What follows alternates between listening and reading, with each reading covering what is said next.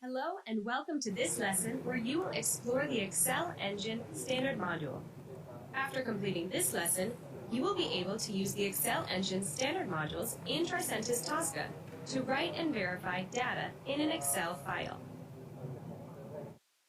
By using Excel Engine Standard Modules, we can create a new Excel file, enter data into it, and save it.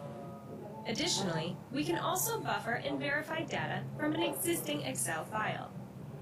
First, let's start with opening an Excel workbook. To do so, you will use the T-Box Open Excel Workbook Standard Module and open an existing Excel workbook, or create a new Excel workbook. Enter the name of the Excel workbook in the test step value, workbook name. After that, enter the file path and the file name, along with the extension and the test step value path. Note that Create New Test Step Value should be set to True only if a new Excel workbook is to be created.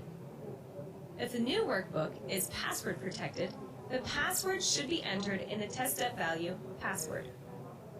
If you want to only read data from the Excel workbook, you can open it in a read-only mode by using the test step value Open as read-only.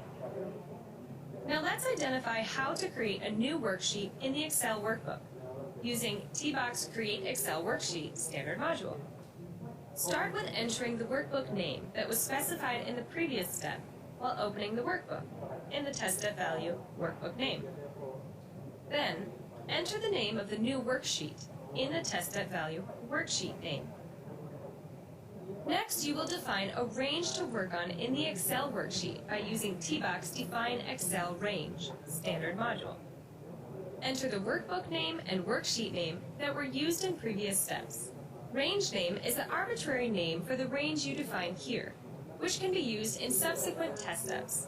Then, specify the range you want to steer in the Start Cell and End Cell test step values, where Start Cell denotes the first cell and End Cell denotes the last cell of your chosen range. In order to enter, buffer, manipulate, or verify data in Excel, T-Box Excel Range Manipulation Standard Module is used. The Excel worksheet can be steered like a table using this module. Here, specify the range name defined in the previous test step. Since we are creating a new Excel workbook, we will have to first define the header row. After entering the data in the workbook, you can save and close it by using the standard module, T-Box Close Excel Workbook. Enter the workbook name and path in the respective test step values, and keep the Save test step value as true. Remember, you can use the Save Path test step value to save it at a different location as well.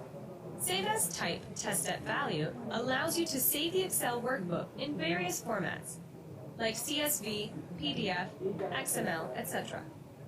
Now let us execute this test case and observe the results.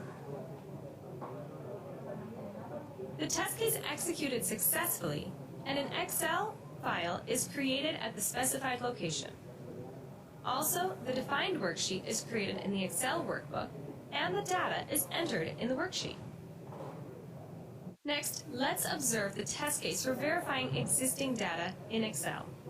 It will be similar to the previous test case with a few minor changes. Open the workbook using the T-Box Open Excel Workbook Standard Module. Then, define the data range using the T-Box Define Excel Range Standard Module. After that, use the T-Box Excel Range Manipulation Standard Module to verify the data present in the Excel workbook. Finally, close the Excel workbook using T-Box Close Excel Workbook Standard Module. Let us execute this test case and observe the results. As you see, the test case is successfully executed and the data inside the Excel sheet is verified. You can use this exact same test step to read and buffer the Excel data by just replacing the action mode Verify to Buffer.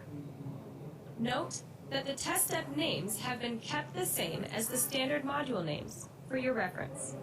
As a best practice, change the test step name to reflect the purpose of the step. Congratulations! You have successfully used the Excel engine's standard modules to write and verify data in an Excel file.